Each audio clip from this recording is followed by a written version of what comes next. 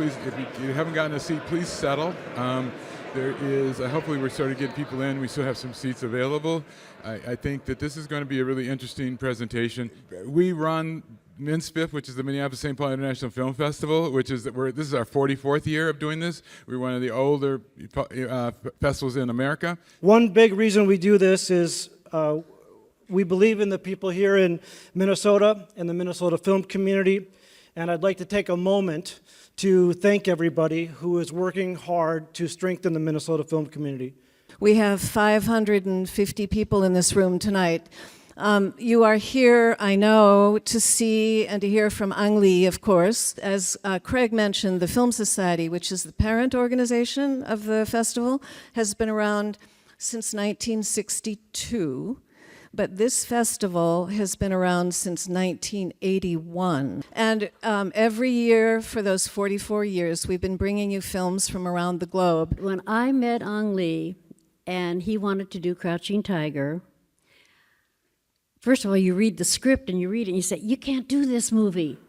People flying over treetops and running up lakes, it won't work. We don't have the effects to be able to do it. And then I went to Beijing to meet with them. And we were in a restaurant, one of those high-up restaurants, and I was still saying, no, it isn't going to work. And then Ang just did a very quiet little nod across the restaurant room. And this gentleman, who's about this tall, Mr. Ping is his name, he just stood up, he ran across the restaurant, he hit the wall, and came down in 2 flips. And I said, is that the choreographer? And he said, yes, that's him. And I said, we're doing it.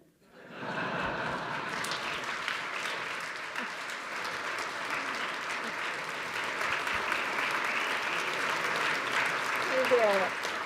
So I am Deidre Haj. I hope you're all having a great festival, right? I'm going to talk a little bit about Mr. Lee before we bring him out, just to give you some context if you don't know it. Ang Lee. Since 1991, Ang Lee has made a film about every 2 years. Coming to the United States to go to college, he would eventually perfect not just our own American filmmaking form, but he created films that were and are pan-cultural, driving worldwide box office success alongside his artistic greatness. Winning Best Director for both Life of Pi and Brokeback Mountain at the Academy Awards, Crouching Tiger, Hidden Dragon was his first Oscar, which won Best Foreign Film.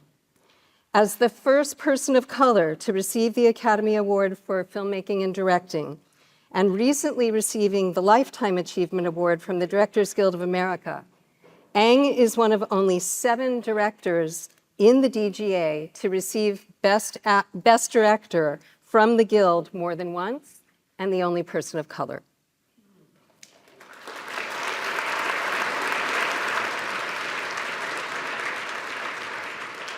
By the way, there are no women on that list. To list all of his accolades that he has received would take too much time, but perhaps his greatest achievement is that his work defies genre. He is, as an artist, the epitome of what the ancient poet of Rome, Terence, meant when he wrote, "Nothing human is alien to me." Ladies and gentlemen, let's welcome Ang Lee.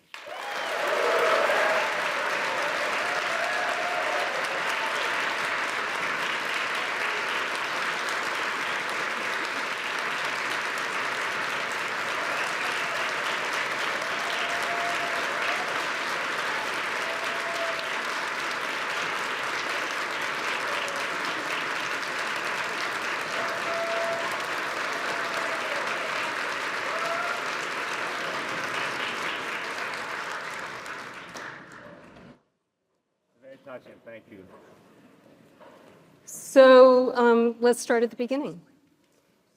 You're from Taiwan, but you came here to go to college, to the United States. Yeah.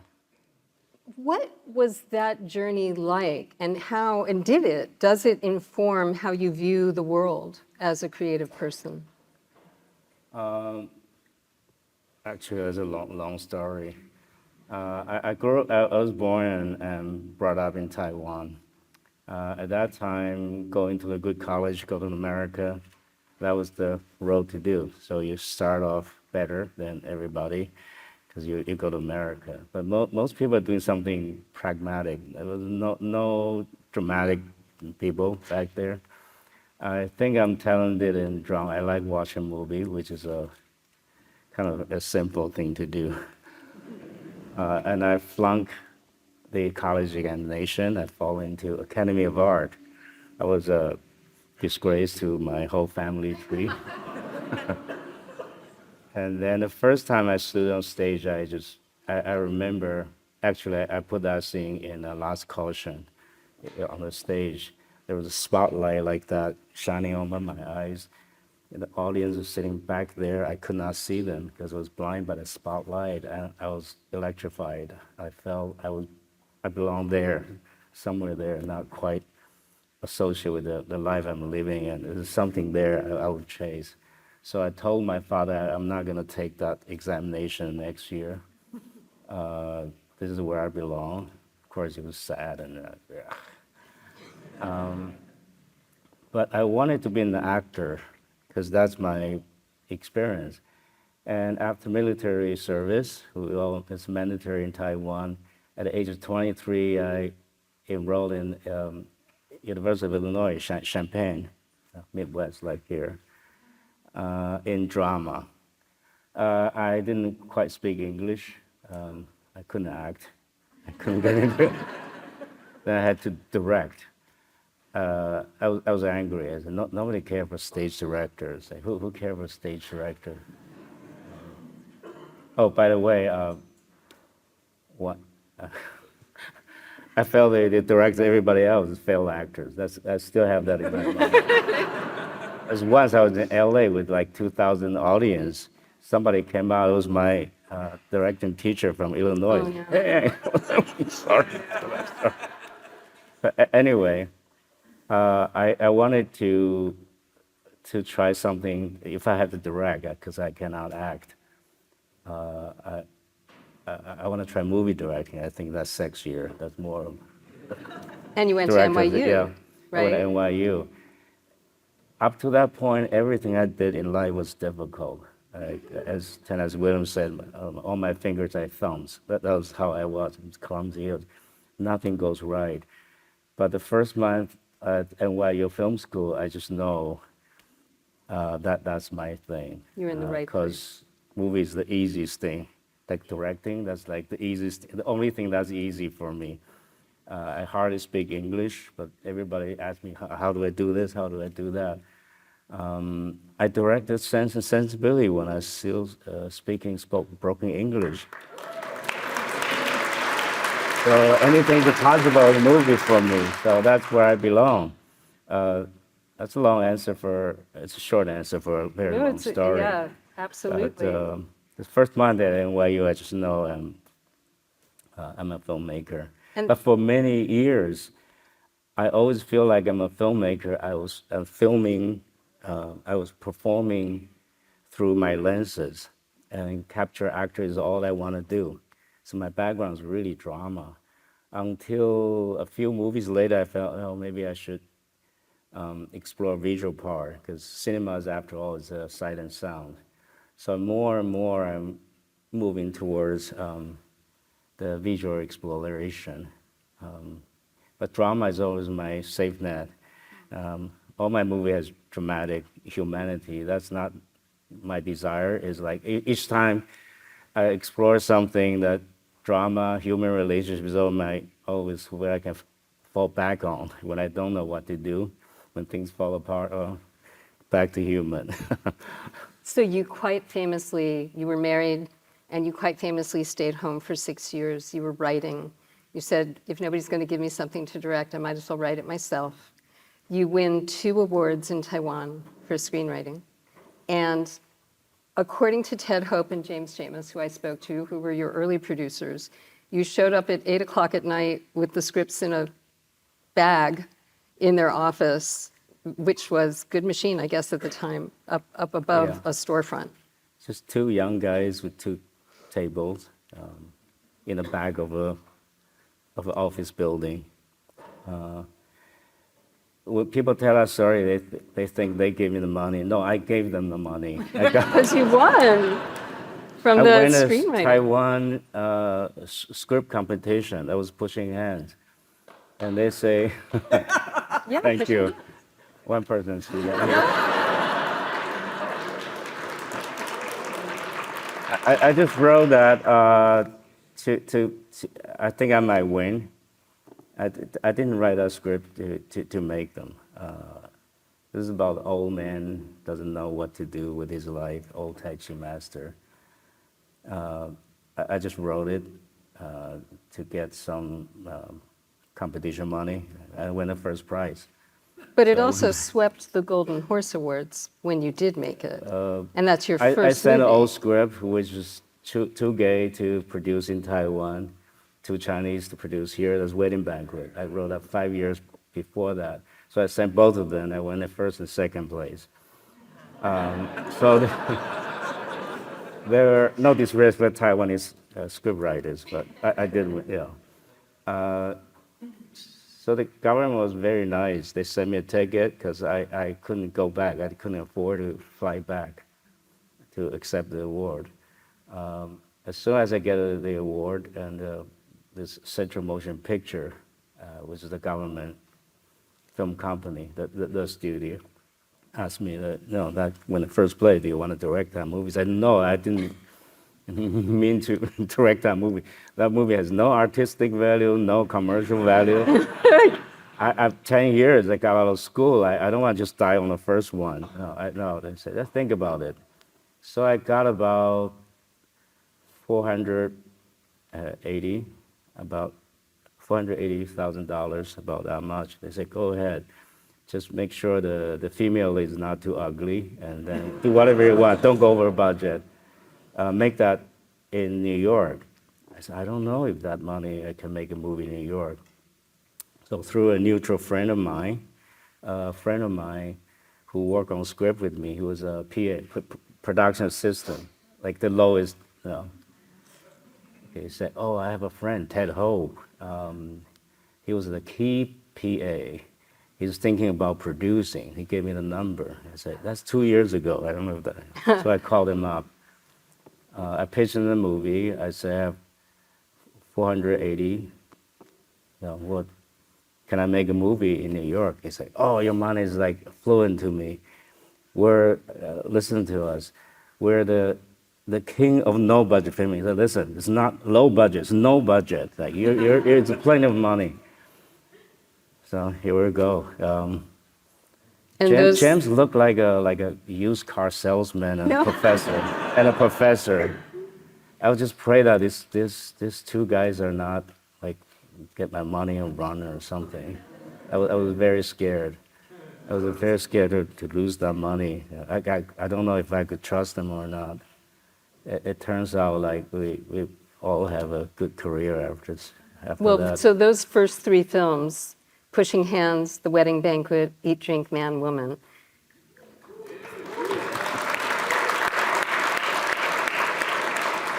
they're somewhat known as the Father Knows Best films because they all had the same actor who then shows up again in Crouching Tiger. But I just want to say, so your second film is nominated for Best Foreign Film for the Academy Award.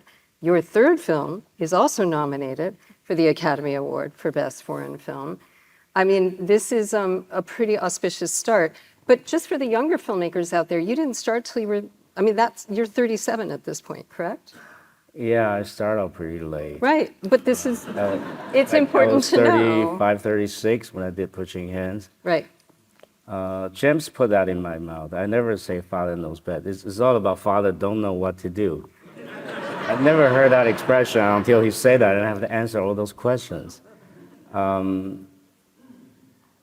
Anyway, the father figure is something more than a father-son relationship. He represent, he came from China, from the Civil War. He represent that Chinese culture that brought to Taiwan that loses root and lose grip of power and the tradition. And they don't know what to do. They have this poker face to play up the Chinese tradition to us, to the society.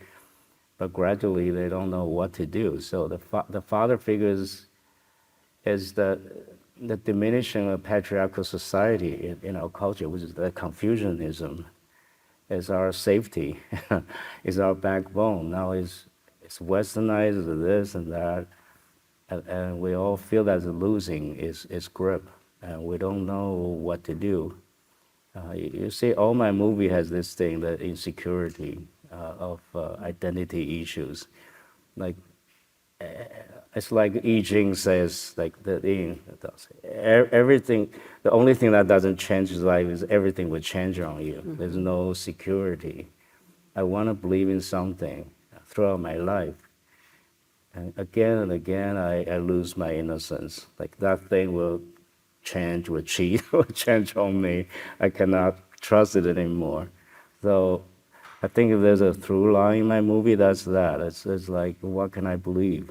And I found myself involuntarily deconstruct the things I do believe or did believe. I want to find my new religions. I think that's movie for me. So that father figure, and I just found that actor who's like perfect. Everybody can see him as a Chinese father. He just carried that 5,000 years of repression or anger, and he's getting weaker and weaker inside. And he's like, so through the whole three movies, he has a gay son. Mm-hmm. In the second movie, the third movie, I just marry him to a young woman. I bless him. Get that out of my mind. But if we look at those films, The Wedding Banquet cost approximately $1 million. It made $23.5 million. Eat Drink cost $5 million. And then your next film is Sense and $1.5 million. $1.5 million. Yeah. And then your next film is Sense and Sensibility. So in 4 years, you make 3 films, and then the next thing you know, you're directing Emma Thompson and Hugh Grant and Alan Rickman, who's so achingly beautiful in that movie, and a very, very young Kate Winslet in a costume drama by Jane Austen with a $16 million budget.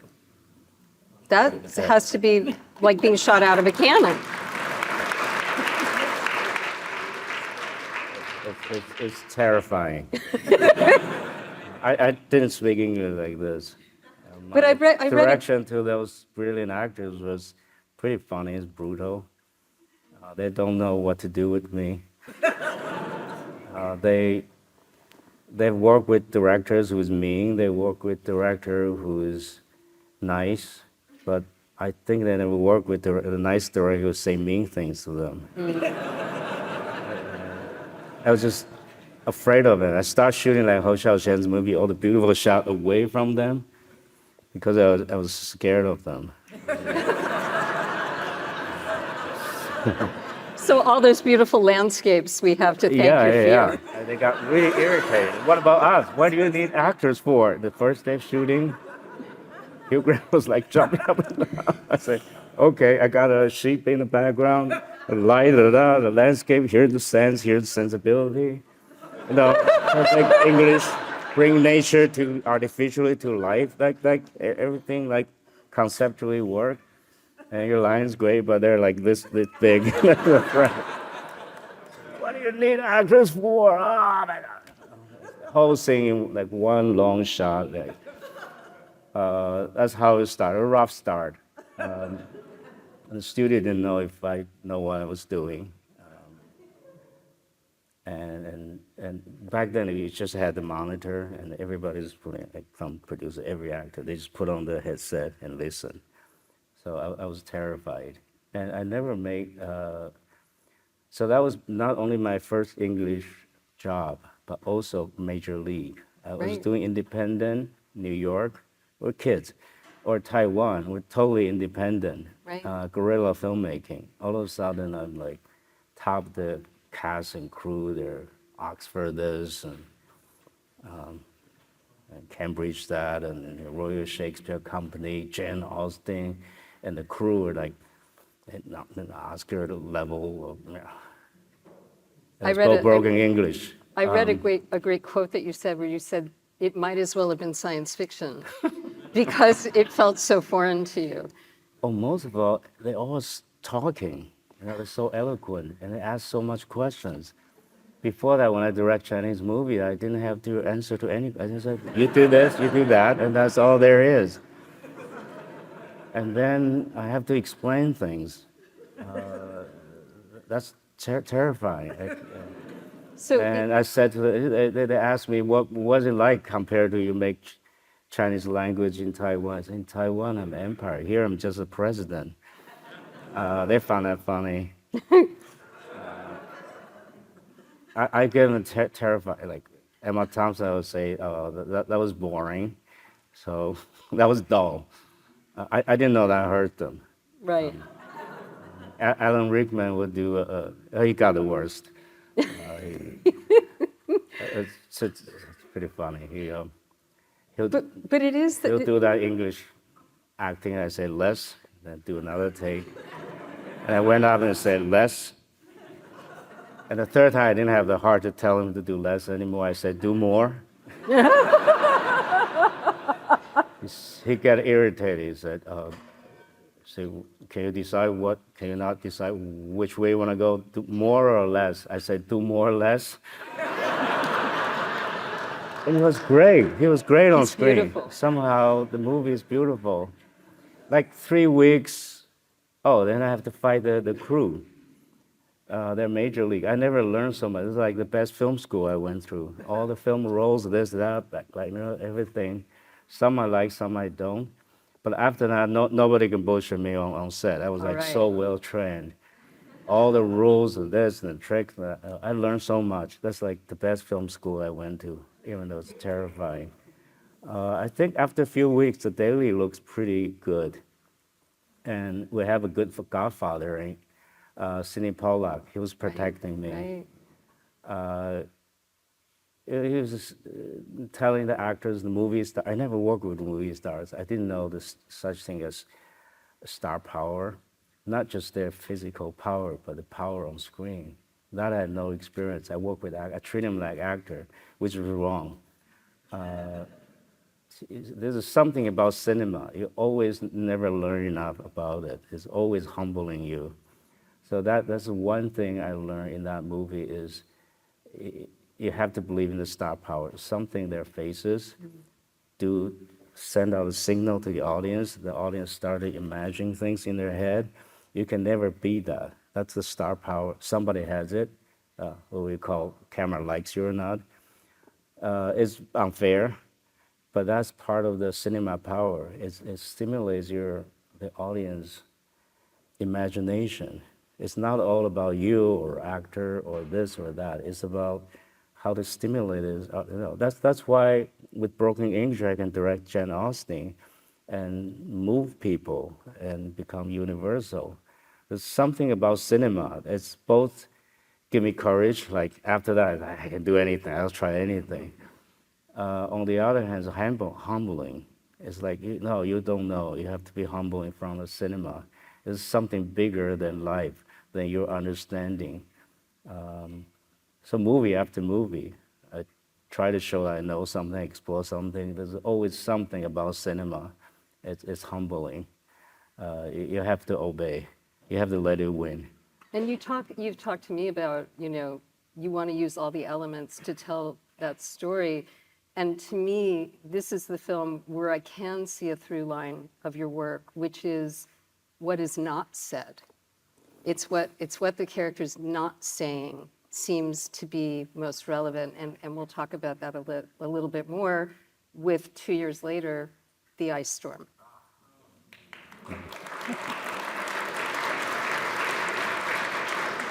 And now again, you have a gigantic cast that, you started with Kevin Kline, as you said, and then Sigourney Weaver and Joan Allen, Christina Ricci, Tobey Maguire. We can go on and on who's in that movie.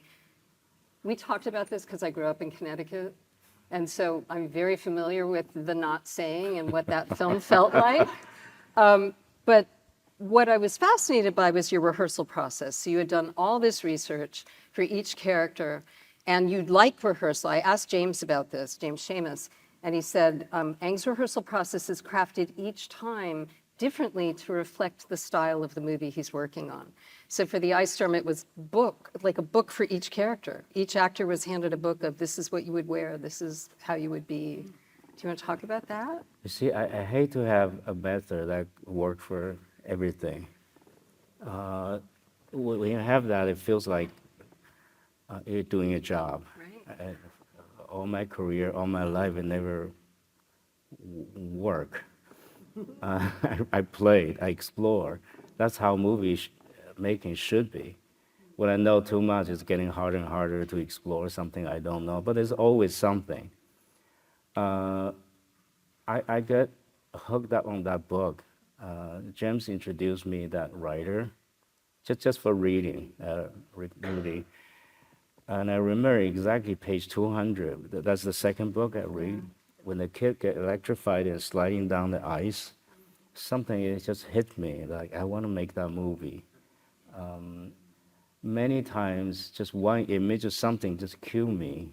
It was never a story that made me make a movie or characters. It's just like something. It's a taste that you cannot articulate. That you want to make a movie about it. So you want to convey to share that taste you had. You cannot articulate in the movie. So at a certain point, and how do I make the whole movie so I can hit at that point when I was touched? A lot of movies I decide on that as that key things, whether it's a line or an image or whatever, or a feeling. Ice Storm was that. It was like everything freezed. It's beautiful, and time freezed. It's transparent. It's cold, of course, and is transparent and reflective. It's so clean, and there's the tragic, like Greek tragedy, and the book is incredibly funny too, satirical. So I don't know. I think we probably spent $1,000 just to get that right. Yeah.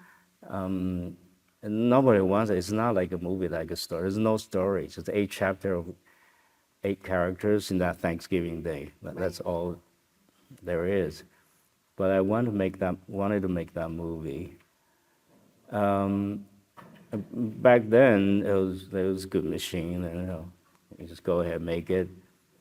Unlike today, making a movie was like, let's do that, you do that. When I already got the budget and everything, and I started doing research, that's why I was so keen on research in that movie.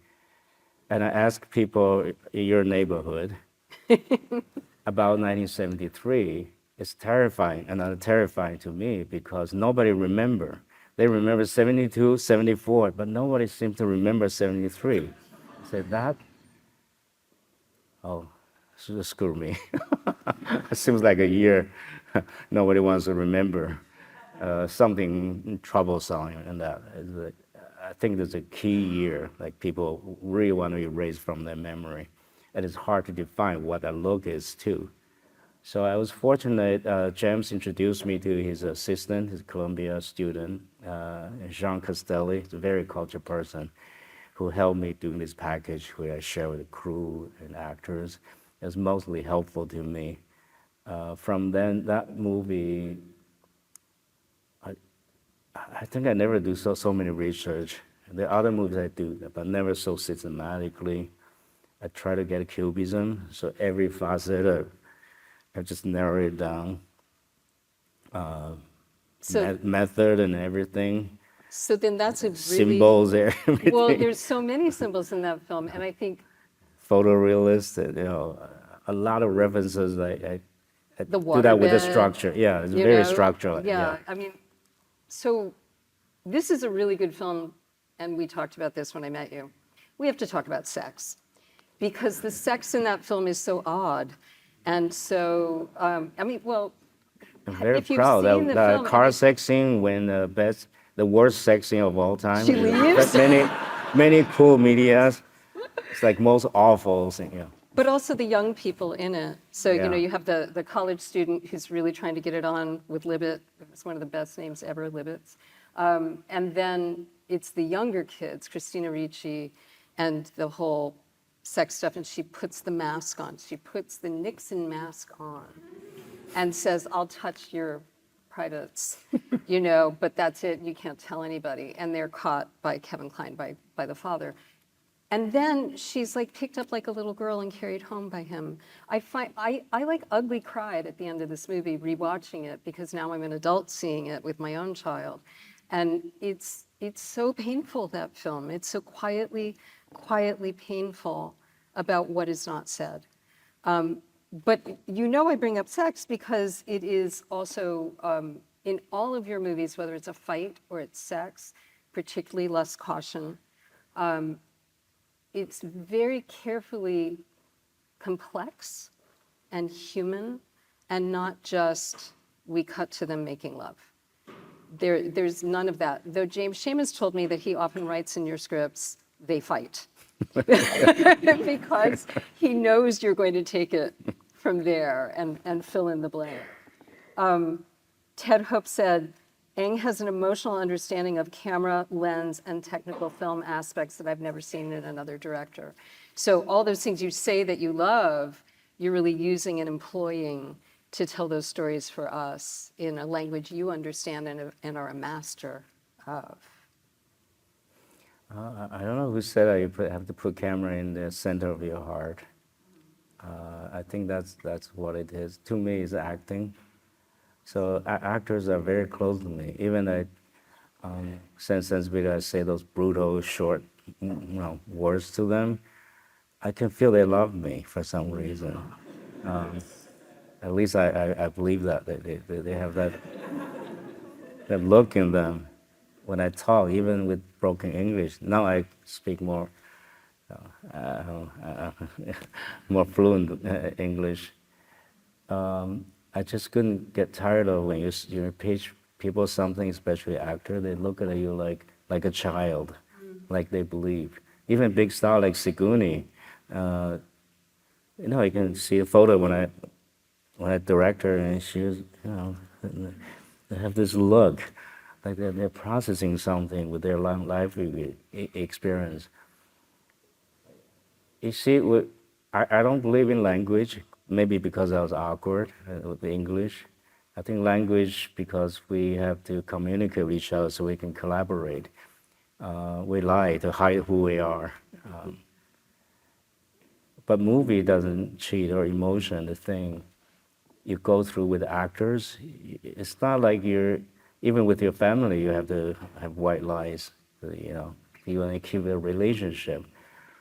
Because we're playing something, so that character is doing something. So when we talk about that character they're playing, I'm directing, we're talking about the real deal of human nature, human needs, our characters, our conflict, and all that. We open up, right, thanks to the playing to that character. So something about working with actor, I feel there's the truth in life. The people say they don't trust actors, but sometimes I only trust actors. I don't know if I can trust anybody but actors when we're pretending something. I feel only through pretending we touch the truth, something like that. Well, that's very pure, right? Because, of course, they are And the camera work is acting. really about capture that, what come out of them. And the Vista shot, all the pretty shots you see in the movie, I don't shoot them because it's beautiful shots, it's cinematic, because they reflect you're visualizing their internal conflict, the turmoil, all that. So I was externalize their internal feelings. So I think everything direct from acting, what I get from actors, I ask the question, they give it a reaction, not necessarily answers. I just pitch them different questions, and they react quite genuinely. Sometimes, like Joan Allen, I say something to her and she couldn't stop crying, and that's not a crying scene.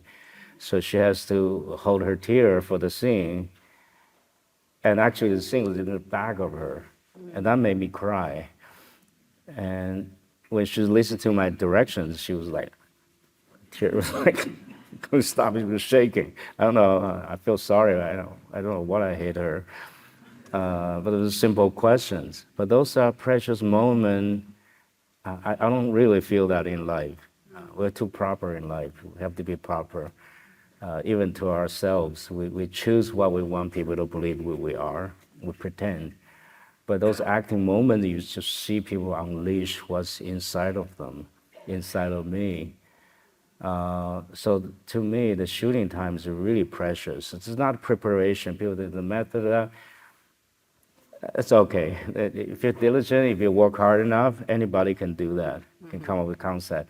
But those precious moments, when you work with actor, when you work with a crew, when certain things happen, the magic happen, especially when audience, they see something, they you see the hit on them, that's magic. That's movie magic. I never want that to die. We're going through a very difficult time with that magic now, and it's getting stiff. I Yeah. think the whole media. Yeah. It's not an exciting time, but once you have a good taste of that, you always want to go back there because Well, speaking of that, so then you, like soldier will go back to the battlefield. Like why? and you Because did, they and then feel truth. When somebody want to kill you, it's truth. When they come back to normal life, it's fake, and it's driving them crazy. so that's why you're making a film every 2 years, I would guess. And they have to be, yeah. And then you make Ride with the Devil right after, which is one of Craig's favorite films, with Tobey Maguire. Again, you repeat a lot of actors, but right after that, you start working on Crouching Tiger. And I know you have a story you want to tell about that. Oh, that movie, I have so many stories. I could spend 10 days on telling the story of that movie. Donna was speaking here.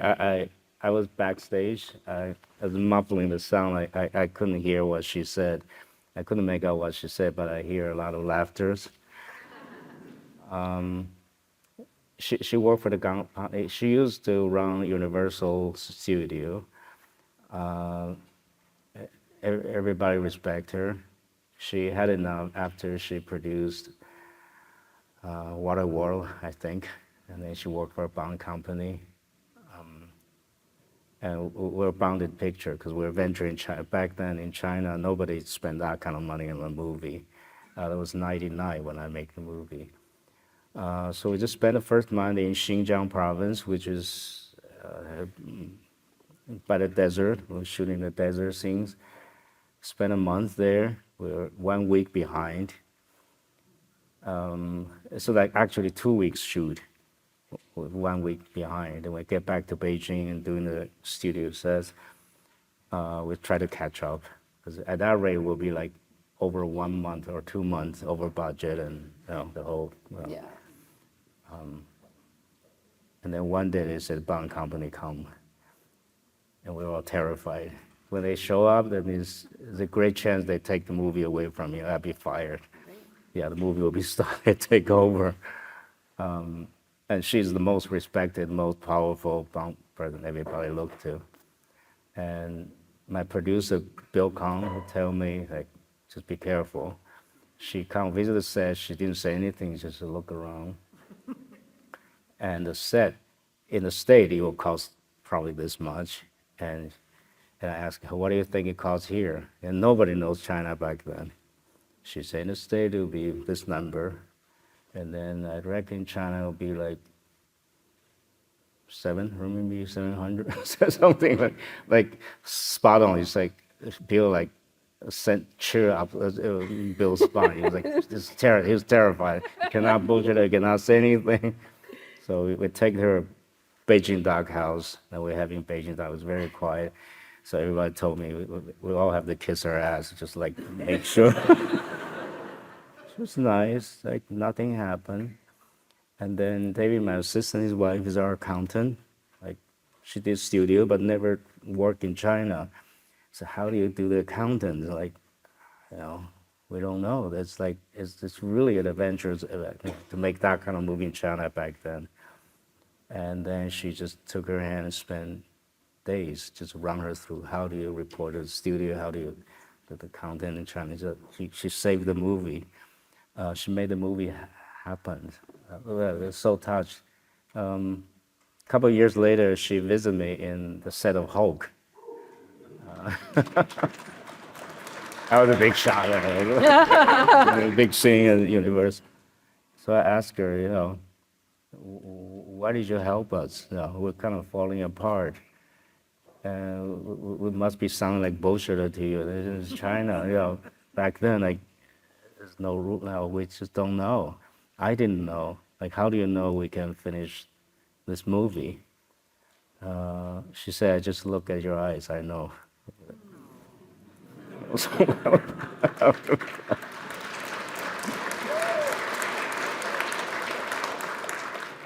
The insurance, Michelle broke her lead ligament, and we were in south part of China. We moved the whole set to Beijing, wait for her 2 months. So, big overdue. The insurance company paid for everything. Build a new set, her Medicare, fly back, built everything. There's 2 guys visit us. He said the same thing. We look at your eyes. We know. So I don't know what's in my eyes. I hear that a lot. So Because they it's all did their own humbling. stunts. I don't know. I know.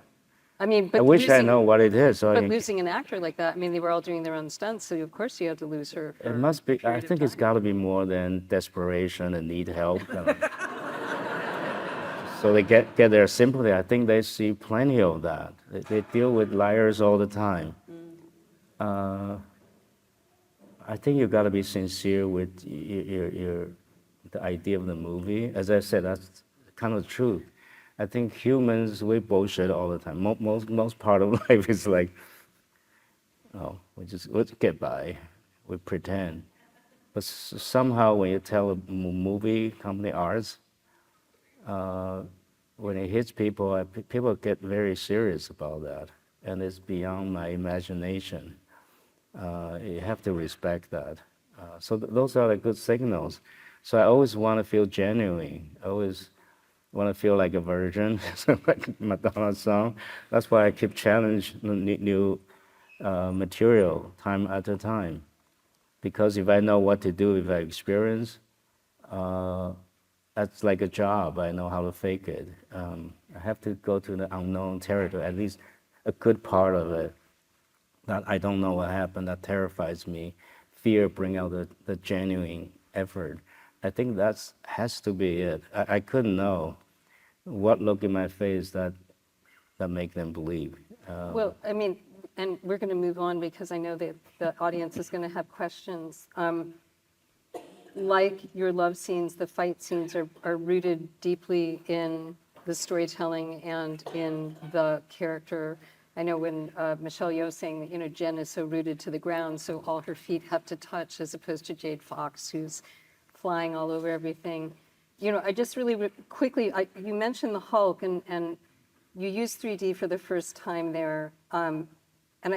When we talked about it, you talked about how exhausted you were afterward when you came into Brokeback. And I wonder if that sense of surrender didn't make this one of your greatest films. One of the things Bill Pohlad shared with me was just the huge loss of Heath Ledger, and rewatching that film and realizing what might have been with him.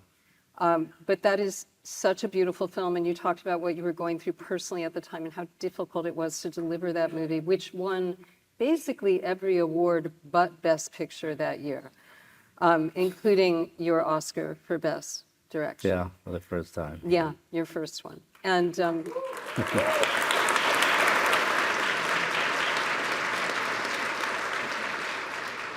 know you were going through, again, a hard time with your own father at the time, and how difficult it was to get that film on screen, even then, of a love story of 2 gay men.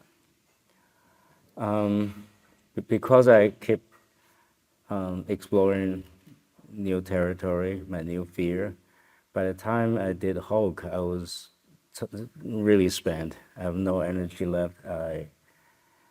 After Crouching Tiger, I thought of retirement. But then I didn't know what to do myself. I think my wife wanted to kick me out of the house. And I had a choice between Brokeback. I love the short story James showed me. The script is fine, and the chance to do Hulk. I was in the doing pulpy psychological genre. To me, the hidden dragon in American is Hulk. There's something to do with violence. So I just moved from Chinese pulpy martial art fiction to comic book. So that's like, I don't know, big chest thing. Oh God! So I took that challenge instead of a Brokeback Mountain. And after that, I was really spent. Remember I told you my father was like a filmmaker. He never encouraged me. After Sense and Sensibility, he said, I think at least, I wasn't nominated, but the movie got 7 Oscar nominations. He said, people don't know you yet. I reckon at this rate, when you're about 50, maybe you'll get an Oscar. And then you'll be happy, then you had enough, then you can start to do something serious. Maybe teaching, I don't know, I don't want to teach. So after the Hulk, that father thing, I blow up the father image and everything. You know, if you've seen the movie, Nick Nolte played a great angry father. You, like blow him up with a gamma bomb and everything. ILM says like this is the ILM history. This is the craziest shot. It's the weirdest shot. So I got over that. I was spent, and I said I want to retire. And I met my father with my number 1 son, my oldest son. It was Chinese New Year. I said, Dad, I want to retire. I had enough. Yes, I did enough film. I'm a spend. He said, so you're going to teach? I said, no, I'll just retire. I said, look at your kid. You're only 49. It's a bad example for him. Go ahead, make a movie. First time in our lives, I hear that word, go ahead, make a movie. And he was healthy and fine, and 2 weeks later, he passed away. I had to fly back to the funeral, so I got to make a movie. I was broke back. I was exhausted. And I asked James, like, how did that movie turn out? That idea broke back, kept gnawing at me. I grew up in Taiwan straight. Like, why is the gay cowboy in Wyoming has anything to do with me? Why is it touching me? How did it turn out? He said, then he go bite it. Nobody made that yet. I said, just if you want me to make that movie, just promise one thing. Just make me happy. Just nobody bothers me. You won't like me when I'm angry. So that okay, a deal. So nobody bothers me. I was half asleep doing that movie. I didn't really have time to process the grief. I lost my father. But it's a strange thing happened. That's one movie I cannot claim the credit of making that movie because everything was so good. It's like a perfect movie. I don't know what I did deserve that. That's the one movie. In the morning, I didn't want to go to shoot. I don't want to get up. I was so racked. And I serious Achilles tendonitis. My body was just giving up. And yet you gave us one of the People had to greatest carry me up pieces the of mountain to cinema make those ever. shots. I know there's one thing. One thing I need to do is make sure I cover the actor's performance. I cover them properly. I have no ambition cinematically, just like shoot, make the days. And they're just so good. Or Heath, he was the oldest. Yeah, they're all very young. And Hathaway was only 21. Yeah. How do they get to be so young and so brilliant? It's scary. And everybody in the movie is good. Everything is good, even the crew, down to the little props and costume, everything's good. I gotta believe that there's a movie God. He wants me to keep going. And that movie is it's pretty tragic. It's a very sad movie. I'm Asian. I like sadness. Sadness is uplifting to us. Well, let me. Because I thought as a movie, like, it's a very small art house movie. Let me Yeah. just, for 1 minute, we are running late, and I know people want to ask questions. So if you have a question, please raise your hand. I'm just going to quickly wrap up. Wow, am I calling? Do they have a mic? Are they able? Yes? There's somebody way in the back first that had a question. Is it coming out on speakers? Can you guys hear me? Oh, there you go. Hello. 25 years ago, someone gave you a tour of Skywalker Sound, and that was me. And you had a person with you who was doing some translation, and I was kind of showing you around the place because the GM, Glenn Kaiser, had asked me to stall you to make sure, because he was on a call, so he wanted me to keep you busy until we went up. Thank you. Yeah, well, So we got up to the reception area, and the receptionist was Rosemary Lowe, and she was from Hong Kong, and she, spoke both Mandarin and Cantonese and stuff. And you'd said something to the person that was with you, but that person didn't repeat that back to me. And you went into Glenn's office, and then I said to Rosemary, "What did he say?" He said, "Who is that giant person?" Who's that what? Giant person. Giant This was so tall. It's nice to see you.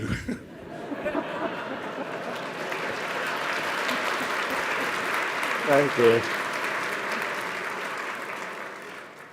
Who has the mic next? Somebody wave at me. Here?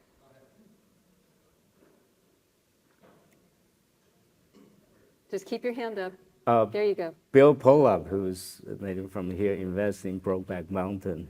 For that movie, I came here too. So thanks to the Minneapolis citizens, yeah. That beautiful movie. And Down Africa's Safe Crouching Tiger, Hidden Dragon is also from here. And my most beloved, who did most of my movie, sound, Drew Cuney, is also from here. And I saw Fargo. Okay, right here. Thank you for coming to Minnesota, Ang. Thank you so much. I have a question about the movie business.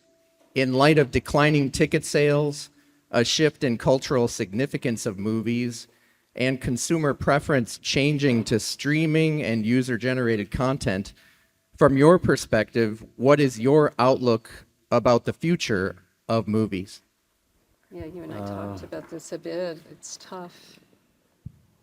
I'm afraid of that movie because I don't know. I'm confused as anybody. I think movie gets tired, to be honest with you. Something I trust more than, as I said, in life itself. Something a movie since childhood.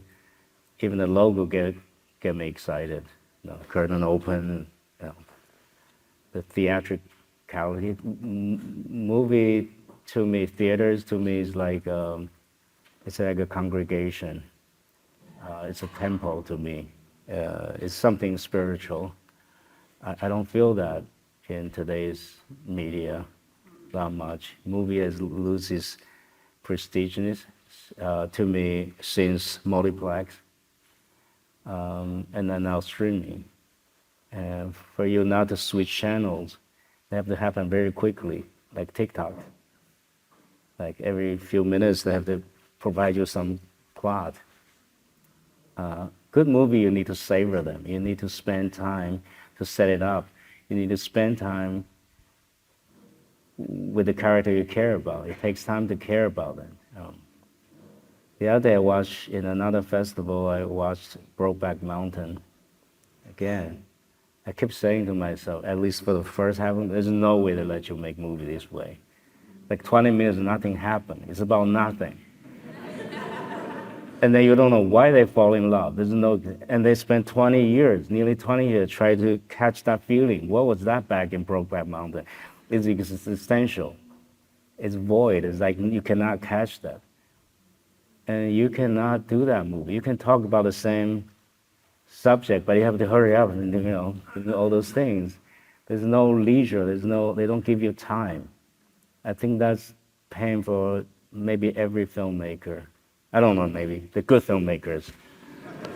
We need time to set things up, to build that world, for you to wander in there, to invite you into that world. It's not about, I hate that doctrine from our business, story, story, story. I just think it's so dumb. Everything is about story. No, story. Anybody can tell story. It's the detail. It's the life of it. It's the breath of it. Everything you see, you hear, that's cinema. You cannot articulate. You cannot talk about it. You cannot write about it. And let critics do that. Let theorists do that. Let lecture people do that. But cinema is an experience. It's representational. It's not logic. What unbelievable make you make believe in something illogical. If it's logical, it's law, it's this or that. It's a story. It has a beginning, middle, end. But cinema is something that's spiritual. What you see is what it is, and then you imagine that in your head. And I think we do need to hide as a group, a congregation in a dark house to make believe. I don't think you get that alone. You do some of that in streaming. So I miss that good old world that I believe in more than anything. But at the same time, I think because the world is changing, we need to keep up with it. We have theater for maybe 75,000 years in our history. There's no reason we stop doing that now. But it feels like it's stopping. We're beating a dead horse. I hope the cinema people will do some revolutionary things and bring people back to theater. That's my hope. I don't know how to do that. I'm making effort. I haven't shot a movie in 6 years. That's how hard it is, even for me. People don't go to the theater that much anymore. Streaming is like such, and kids probably don't even want to see that. They see TikTok, something very short. I don't believe people, kids too, don't have patience. We just have to provide something different. We haven't found that yet. That's my gut feeling. I don't say that in a broadcast, but in a high school stadium, gym, I would say that. I hope movie maker can do something for a change and will bring audience back to the theater. It's our temple. That's my wishful thinking. I'm making effort to do that, everything I can. I think movie needs to change, yeah.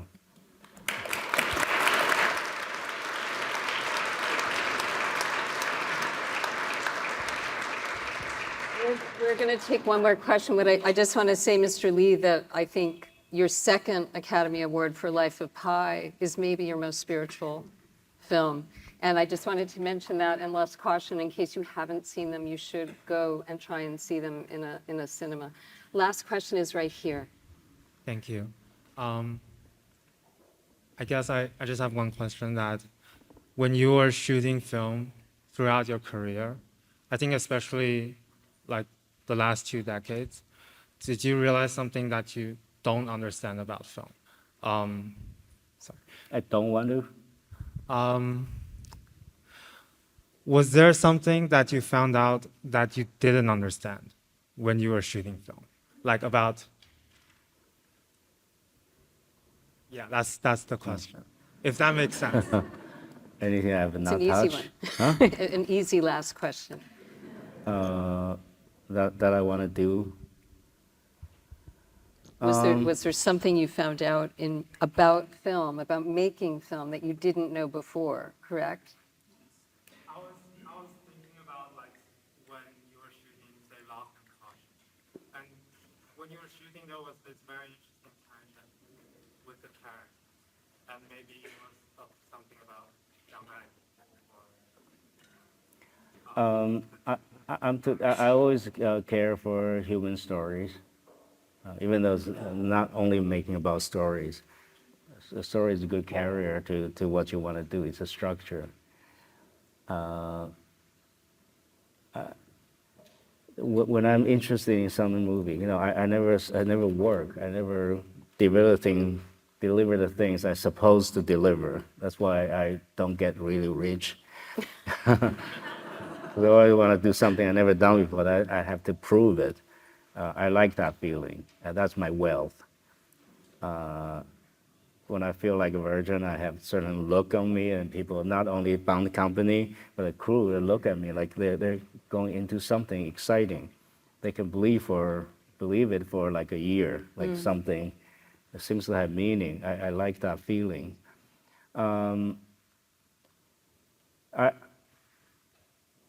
I pick stories as something philosophically I'm struggling with in my life.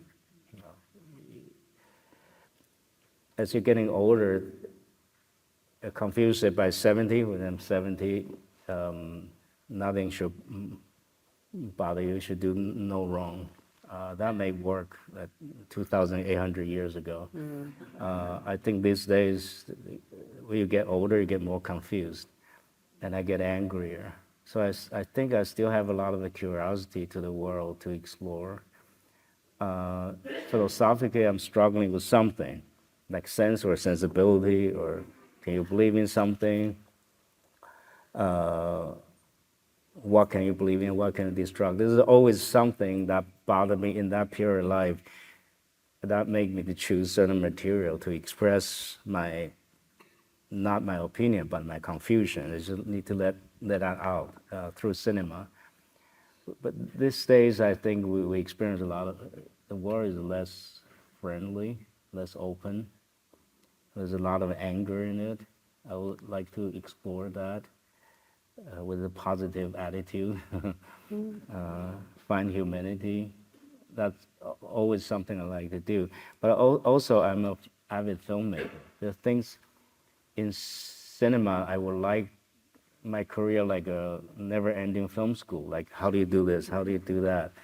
Every genre, every technique. How do you do martial art fightings? That's like so fascinating. They tell so much about cinema. How do you do sex scenes? How do you do fightings? How do you do this and that? How do you do eyes? How do you do visual effect, which is really visual art? I would like to see how visual effects, for now, can upgrade filmmaker to a different level, so you don't depend on handmade. I would like to see the movie making more independent in spirit, more free in spirit, and the canvas get bigger. I think visual effects can help us to approach that dream, make movie making a lot easier, less administrative work, less studio, less of the system, but more of a art creation. It make movie making easier, expression easier. I would like to hit that. I would like to get into action movies. Since Crouching Tiger, I wanted to build drama into action, which is impossible. You hurt people. You're not allowed, the martial art is not martial art. It's in a movie, they're dancing. Right. They're not fighting. So how do you build fighting in a drama? Because it's a life and death situation. It should be dramatic, but we never see performance. How do you build performance into that safely? That takes visual effects. A new way to conceptualize how action goes. I think those are the two big things in terms of filmmaking I would like to explore.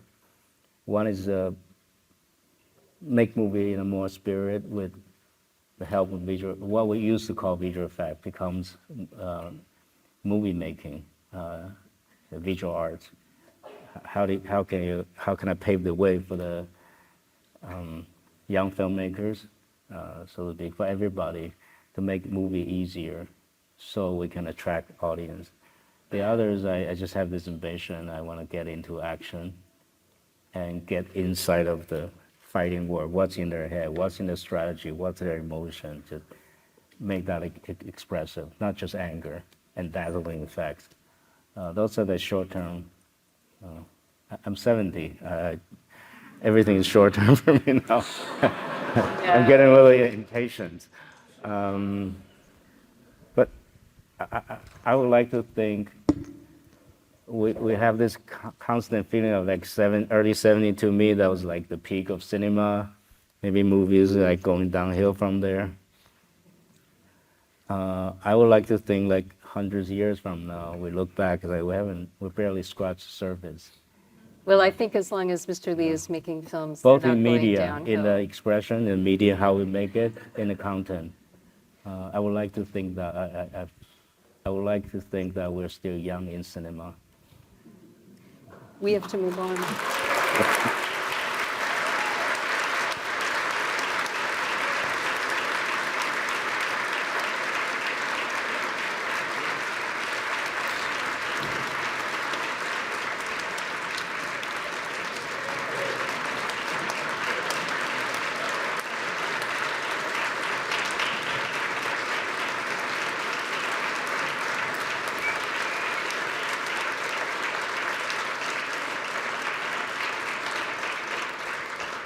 Before you leave, we have a presentation for you. But first of all, I want to thank you all for coming to this. We could do this for days. I know that because it's, you know, I wasn't even watching my watch, and I'm like, oh, we got to control this. So I want Jesse Bishop is my partner in the programming. So we're going to have Jesse tell you this is here.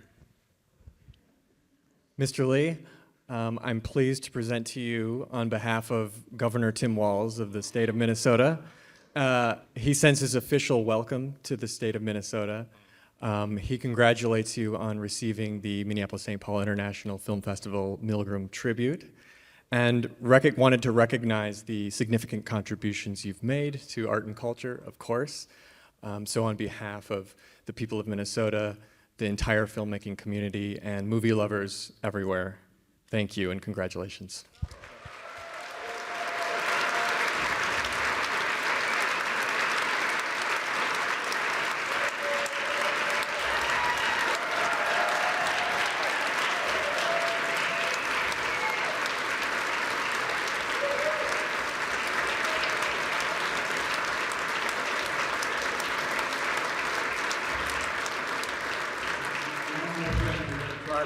We're going to see if we can do this, and I'm not sure because I'm not a photographer.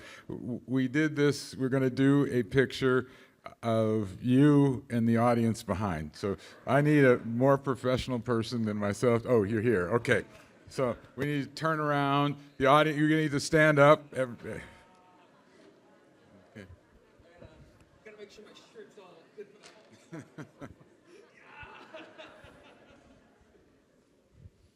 Okay, so and you got to hold the pose.